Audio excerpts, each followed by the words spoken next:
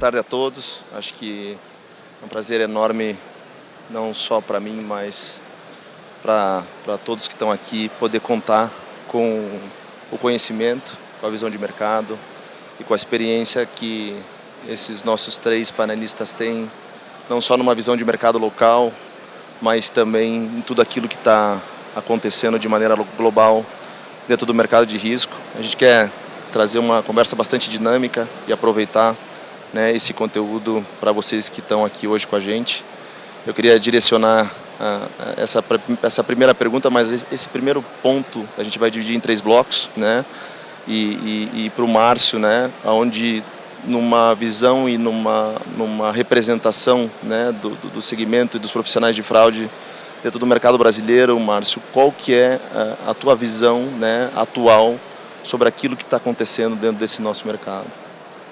Tá bom. Muito boa tarde a todos.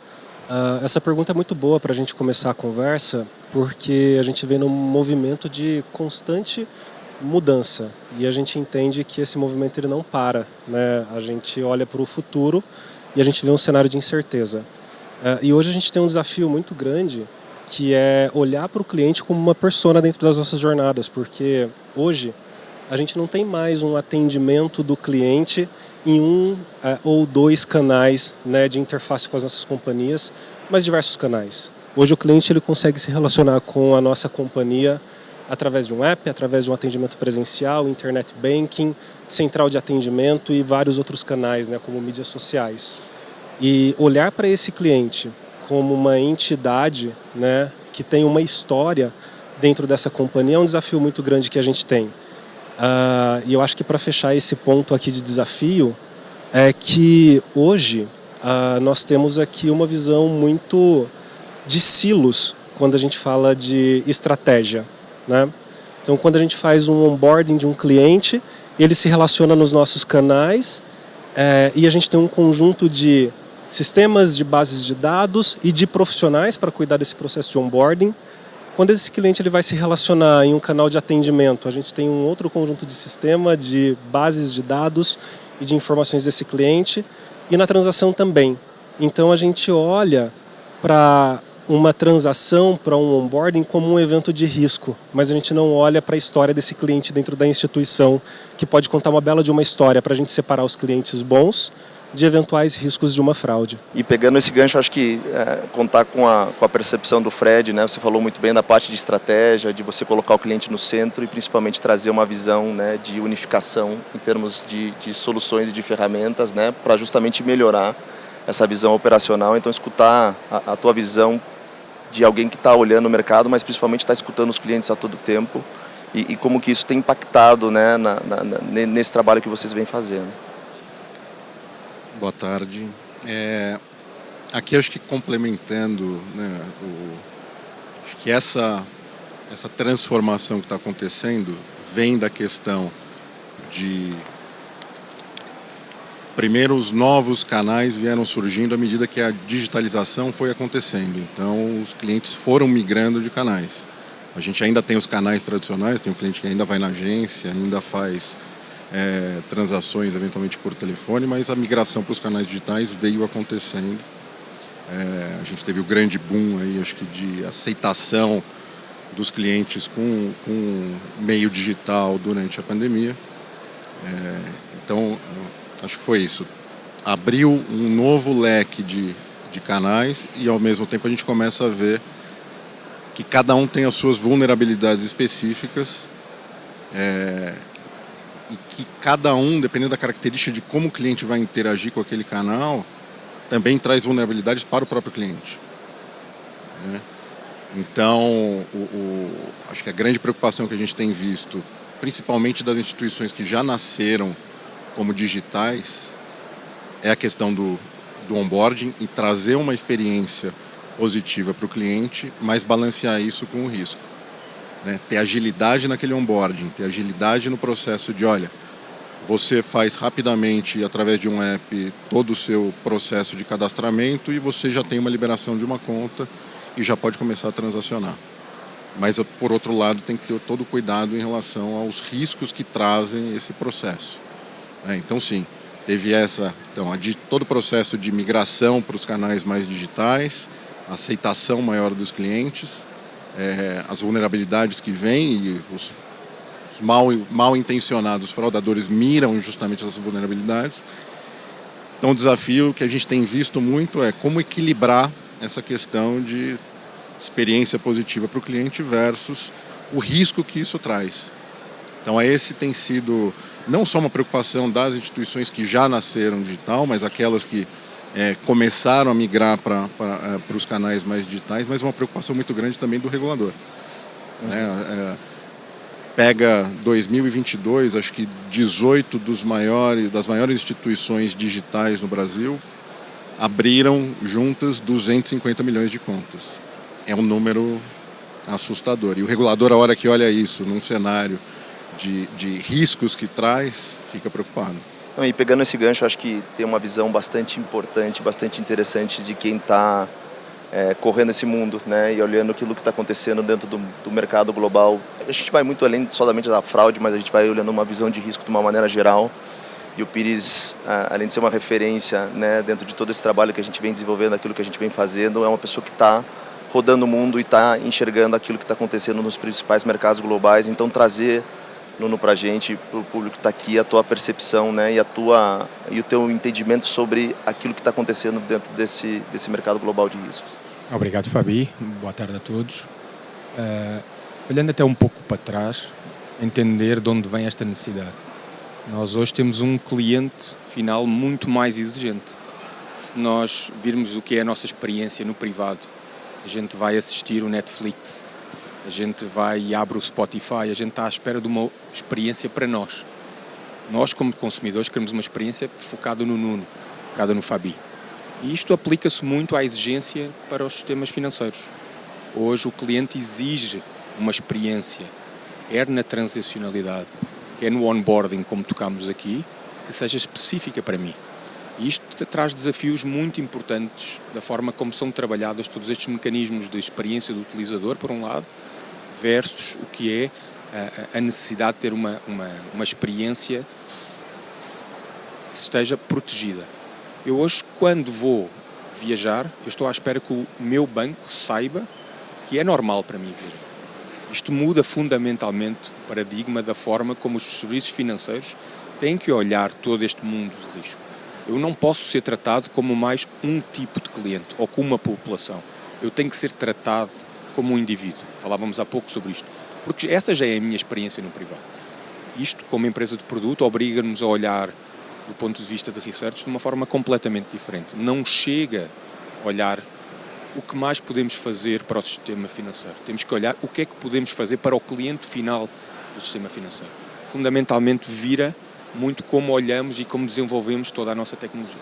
E dentro dessa linha, acho que você tocou num ponto muito importante, é que como usuário, né, essa visão também que o Márcio comentou, que é colocar o cliente no centro, né, e cada vez mais numa grande exigência, né, e principalmente numa visão mais simples e mais ágil, e aí isso traz um desafio enorme do lado de vocês como profissionais do segmento, aonde como eu posso criar essa experiência ou como eu posso melhorar a experiência do meu cliente, né, sem que isso impacte diretamente em números de fraude, em números de aletramentos, e que a partir dessa visão integrada, e foi colocado muito bem pelo Frederico e pelo próprio Nuno, né, como que vocês têm que lidar com isso todo dia, né, o dia a dia, né, Márcio, e quais são os desafios que trazem em termos não só de uma visão de cliente, mas principalmente numa visão tecnológica, né, para que você possa entregar essa experiência melhor e possa colocar o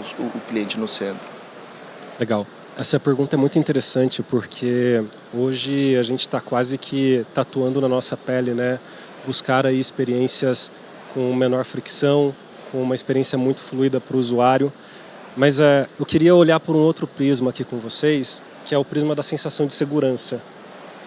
Uma vez numa outra oportunidade que eu estive, a gente desenhou uma tese que era possível remover a senha de login do aplicativo da instituição.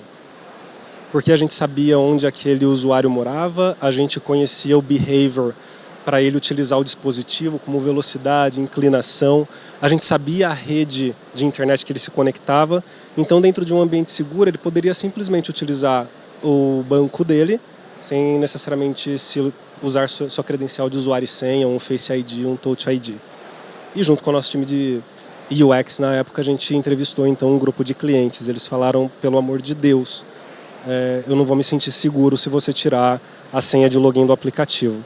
Isso é muito interessante, porque a gente precisa equilibrar, né, a necessidade de ofertar uma experiência fluida, de pouca fricção para o usuário, mas permitir que ele tenha uma sensação de segurança, né? E isso a gente pode olhar como um fator de diferencial competitivo, de fato.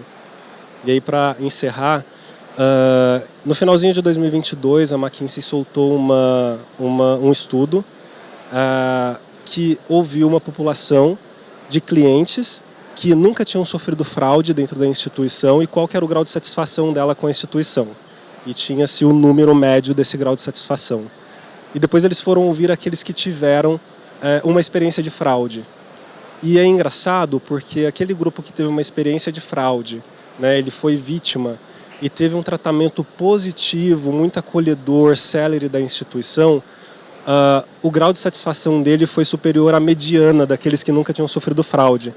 Então, quando a gente cuida muito bem do cliente e entende qual que é a percepção de valor e de segurança para ele, a gente consegue inclusive usar esse tema tão delicado como diferencial competitivo para nós, seja na experiência, seja na forma que a gente trata quando ele sofre ali uma situação de fraude. E você tocou num ponto bastante importante que é, né, e vem a pergunta que eu vou fazer para o Fred, que é o desafio, não só no momento, olhando numa visão de consultoria, numa visão de um profissional que está principalmente enxergando aquilo que o cliente precisa ou tendo um ponto de contato com o cliente para entender o que está acontecendo e, de alguma forma, poder entregar uma solução. E aí uma solução, a gente não está falando de tecnologia, mas uma solução geral para esse cliente.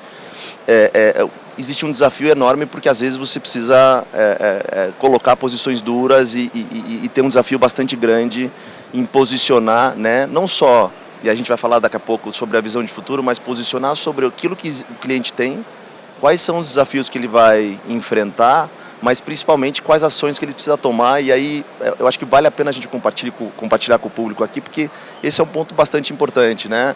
O Márcio falou dos desafios internos, né? E muitas das vezes as instituições financeiras precisam buscar essa questão mais consultiva, né, para que se possa tomar uma decisão.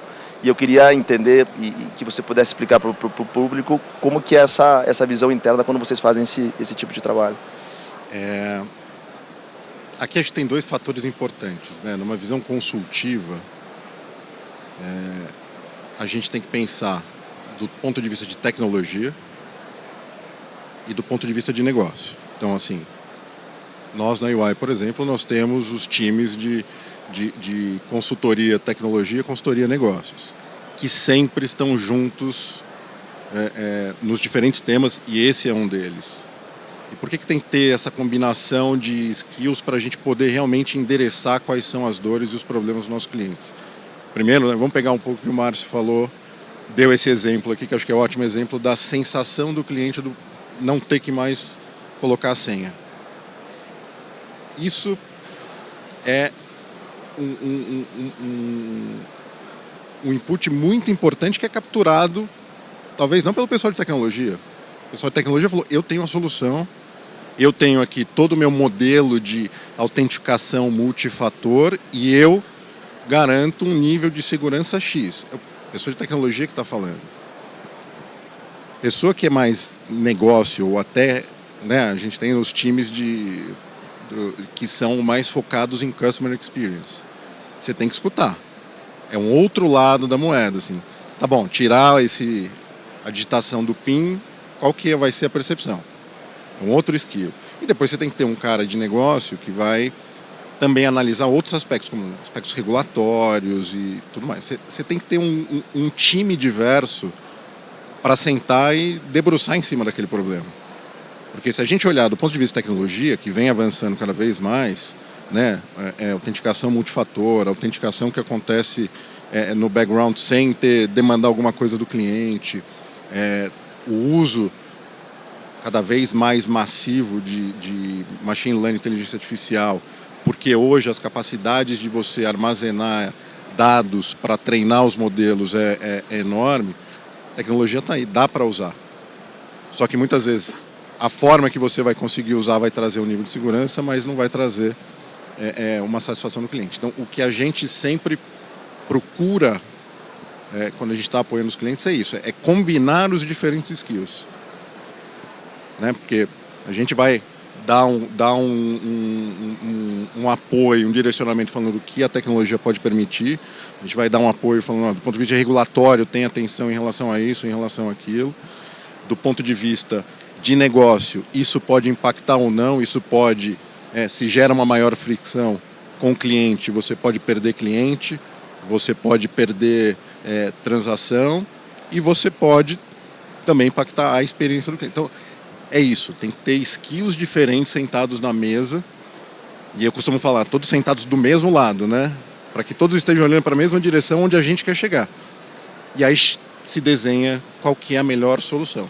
Sim, e aí eu acho que tem um ponto, e aí eu vou passar a palavra para você, Nuno, que é principalmente na nossa visão como empresa de produto. Né? A gente está escutando uma consultoria, a gente está escutando um cliente, né? E a gente acaba ficando no meio do caminho porque a gente tem que aplicar a evolução e a constante evolução em cima da nossa plataforma, principalmente na necessidade que tem o nosso cliente, né? E principalmente nos inputs que a gente conta sempre com o trabalho que a gente faz com os nossos parceiros. Né? E eu queria que você fosse além daquilo que a gente enxerga no Brasil, mas principalmente a experiência da Feeds aí globalmente e o desafio nosso de poder não só replicar isso para os nossos clientes, mas poder posicionar de uma forma com que a gente consiga entregar sem perder a linha e o propósito daquilo que a gente tem como empresa. Sem dúvida. O António dizia na sessão anterior que o Brasil é uma exposição para outros mercados. Não tenham dúvidas, é assim. Semana passada ainda discutia com um banco americano o tema dos Instant Payments, o Pix, que é hoje algo perfeitamente comum e adotado pela grande maioria da população. O que nós conseguimos ver por outras realidades, e introduzia aqui um outro ator, além dos clientes e da consultora, que é o regulador. O regulador tem um impacto aqui fundamental no que é toda esta dinâmica. Nós vemos alguns países onde a regulamentação, e já começa a haver algumas indicações do próprio Bacen aqui no Brasil, que mostra que a responsabilidade, e falou-se também na sessão anterior, a responsabilidade financeira é um tema muito relevante. Um tema que eu vejo muito claro aqui no mercado brasileiro, que é o tema dos scams ou dos golpes. Existem outras realidades onde a própria regulamentação força que a responsabilidade seja tomada pelos bancos. Ou seja, já passámos só o que devemos fazer pelos próprios clientes, pela proteção, é uma necessidade imediata que impactará o P&L das organizações. Portanto, o que nós temos visto é os bancos a tomar um pouco também pela regulamentação em si, pela demanda dos clientes, é necessário tomar ações, nomeadamente ao nível da tecnologia, que permitam, e falávamos muito sobre a adoção de ferramentas de inteligência artificial, que não sendo, na minha opinião, o silver bullet, porque tudo isto não é só ferramentas, é responsabilização, é a parte de operações ao nível das organizações, nós vemos os bancos a tomarem medidas para que focávamos muito no tema da centralização ao nível do cliente, para poder dar níveis de segurança muito elevados, mas garantindo a experiência do utilizador sem ser impactado. A regulamentação aqui é fundamental. Eu vejo já os primeiros indícios do Bacen a fomentar a que sejam tomadas decisões por parte, nomeadamente pelos bancos, porque caso contrário serão penalizados pelos próprios perdas efetivas financeiras. Não, acho que é muito bom, e aí a gente cobriu, acho que, 2 pontos bastante importantes da nossa sessão, né, que é aquilo que está acontecendo no mercado, né, e principalmente uma percepção geral, não só numa visão local, mas numa visão global. A gente passou pelos desafios e aquilo que são as dores e aquilo que está acontecendo dentro do mercado. E eu queria trazer esse último tópico, que eu acho que é algo bastante interessante, né, que está alinhado sobre tudo isso que a gente está falando e aquilo que a gente está passando para o público aqui, mas é trazer também uma visão de futuro, né? Eu acho que a visão de futuro é super importante. A gente falou em colocar o cliente no centro, a gente falou das necessidades e das demandas que estão surgindo por parte do regulador, a questão da adoção dos canais digitais por parte dos clientes, a necessidade dos clientes em ter uma melhor experiência e uma grande competitividade que se tem gerado nesse mercado. Os bancos e as instituições financeiras estão correndo para evoluir, não só numa visão de sistema, mas também numa visão de experiência dos seus clientes, principalmente para não perder, né? Não só aquele cliente que é bom, mas também para poder atrair novos clientes, até porque a população jovem ela já nasce e já está num momento onde ela já não quer ter mais relacionamentos que não sejam digitais. Então, Márcio, acho que assim, como um profissional do segmento, como uma referência que você é para esse nosso mercado, qual que é a tua visão de futuro e como que é essa tua percepção? E eu acho que isso tem muito atrelado aos desafios que você comentou anteriormente. Antes de pegar a bola de cristal aqui para falar de futuro, que a chance de errar é muito grande. Bom, quem aqui tem mais de 10 anos que trabalha no setor financeiro? Uau, bastante gente, né? Desde quando eu era criança, eu ouço dizer que o dinheiro ia acabar. Idem para o talão de cheque. E depois a gente passou por um momento dentro dos bancos que o cartão de plástico ia acabar também, né? E nada acabou até agora, né? Eles se acomodaram de alguma forma dentro da sociedade. E o Brasil, né, como o Fred falou, é um país bastante diverso. Então hoje a gente ainda tem pessoas que são não bancarizadas, né? E a gente percebeu que esse ponto foi parcialmente resolvido, talvez com uma motivação não tão boa, que foi a pandemia do Covid-19, onde o governo ele distribuiu para a população mais necessitada o auxílio emergencial, e boa parte dessa população não era bancarizada, né? Olha esse cenário. E eles tiveram que se bancarizar por um onboarding 100% digital, porque as agências bancárias estavam fechadas. Eles tiveram que passar a utilizar outros meios de pagamentos que não um processo físico, porque não tinha cartão para colocar na mão de todas essas pessoas. Então eles usaram QR Code, usaram Pix, né? E quando eu olho para o futuro, eu olho para uma população que adota de maneira muito rápida novas tecnologias.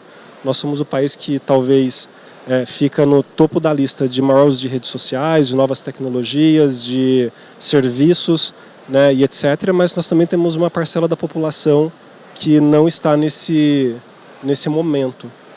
Eu olho para o futuro e vejo convivência. Como a gente garante que as nossas instituições vão conseguir conviver com esses públicos, né, com toda essa diversidade de pessoas, né, proporcionando experiências muito satisfatórias, com o menor custo possível, com maior rentabilidade, menor risco de fraude, de crédito, e que a gente consiga também ter flexibilidade para aquilo que vai surgir daqui 2, 3, 5 anos ou amanhã e que ainda não está no nosso radar. Então, acho que as empresas, assim, né, representando aqui profissionais de prevenção a fraudes, a gente precisa de tecnologias e processos que sejam altamente flexíveis para a gente conseguir mudar rápido, tá bom? Porque a tecnologia avança, o padrão de consumo dos clientes muda muito rápido, e se a gente tiver tudo muito sedimentado em hard codes dentro das nossas plataformas, etc., a gente não tem condições de mudar essa estratégia rapidamente para atender esse perfil de cliente, acho que a gente fica para trás, né? E quem ganha os criminosos, ganham os fraudadores, né? E toda a população e todos nós aqui perdemos, né?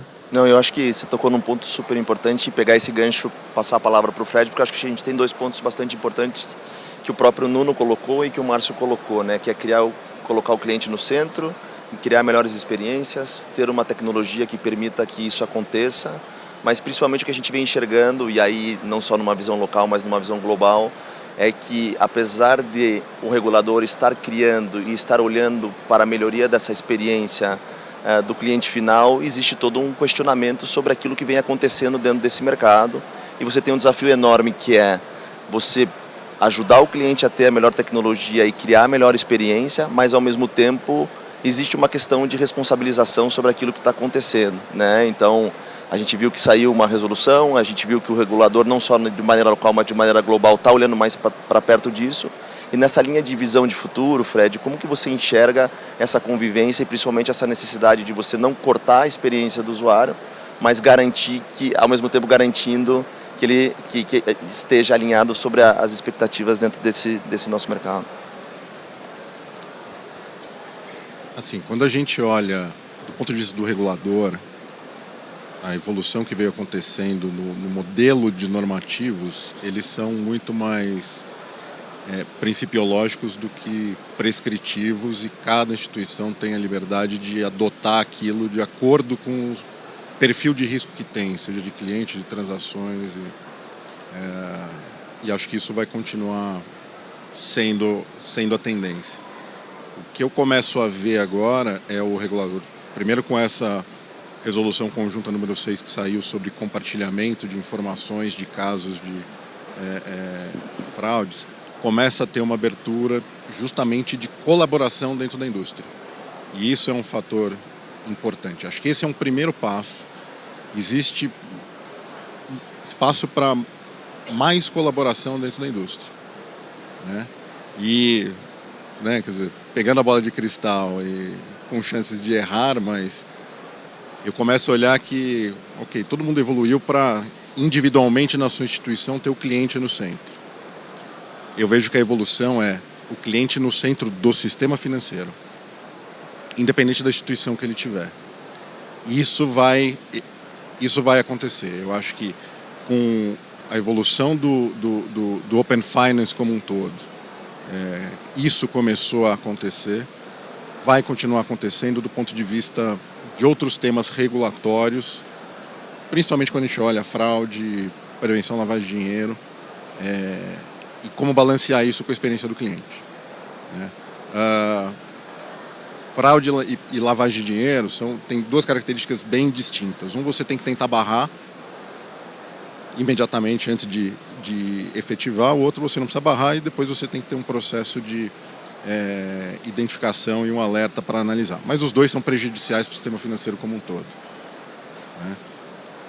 Só que não é a grande maioria dos clientes que estão ali fazendo uma transação de fraude ou uma transação que depois vai culminar na lavagem de dinheiro. Então você não pode, como o Martin tinha falado, você tem que ter cuidado para ter uma flexibilidade de sistemas e processos na experiência do cliente. E você não pode, em detrimento da maioria, ou buscando eliminar cada vez mais ou reduzir fraude e lavagem de dinheiro, você engessar os processos né? Então aqui vai continuar sendo o ponto principal, o equilíbrio entre o risco e experiência de cliente e geração de negócios. Então eu vejo isso, o cliente no centro do sistema financeiro, maior colaboração, e isso a gente já tem discutido bastante com clientes, com o regulador, não só por conta da resolução 6, mas aspectos como o onboarding do cliente, né? Por que ele precisa fazer um onboarding em 5, 6 instituições que eventualmente ele tem relacionamento? Ele faz um onboarding centralizado e esse onboarding, essa informação do cliente de quem é ele, a identidade digital dele, possa ser utilizado pelas outras. Isso melhora a experiência do cliente e eventualmente garante que o nível de segurança que você traz possa ser um estándar para aquelas que estão fazendo isso em conjunto. Sim. Porque muitas hoje talvez não tenham acesso a algumas tecnologias por conta do custo. E a hora que você tem isso sendo utilizado de forma compartilhada entre elas, você eleva a régua e permite que todos tenham aí o mesmo estándar, atendendo o mesmo padrão regulatório, trazendo o mesmo nível de segurança e melhorando a experiência do cliente. E aí, aproveitar que a gente tem um minuto, eu queria escutar você, Nuno. Acho que pela referência que você traz, numa visão do mercado de uma maneira global, mas principalmente aquilo que você está enxergando aqui e no mundo e dentro de uma visão de produto para a gente encerrar. O primeiro ponto, totalmente de acordo com o Márcio. Todos os nossos clientes o que nos pedem é ferramentas que permitam agir agora. Daqui a pouco já não é suficiente e vai ser cada vez mais a tendência, cada vez mais produtos que permitem o cliente interagir com os sistemas financeiros para tomar decisões agora. Esse é o ponto 1. Trazia por último uma visão um pouquinho diferente, que é, falamos do cliente no centro dos sistemas financeiros, não poderia concordar mais. O que nós vemos noutras realidades, é que aquelas organizações que melhor se adaptam a isso fazem um shift fundamental na forma como estão organizadas internamente. Nós vemos grandes instituições financeiras organizadas quase por produto. Eu tenho a área de cartão, eu tenho a área de crédito. Isto, por si só, começa a levar a uma visão de silo. Eu olho para crédito para o cliente de forma isolada, como olho para outros produtos.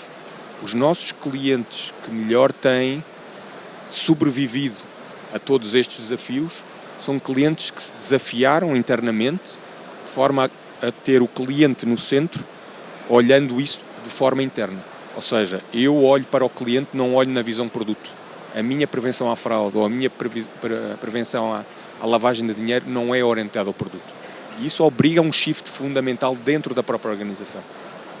Juntar equipes multidisciplinares para tocar este tema de uma forma diferente do que é feito até hoje. Este tem sido um dos grandes mudanças de outras realidades, não vou dizer mais avançadas, mas onde o regulador assim impôs, obrigaram-se a reinventar como organizações, de forma a poder tocar este tema de forma mais efetiva. Excelente. Eu acho que a gente tem papo para uma próxima sessão, sem sombra de dúvida, foi muito rico. Márcio, Fred, Nuno, obrigado.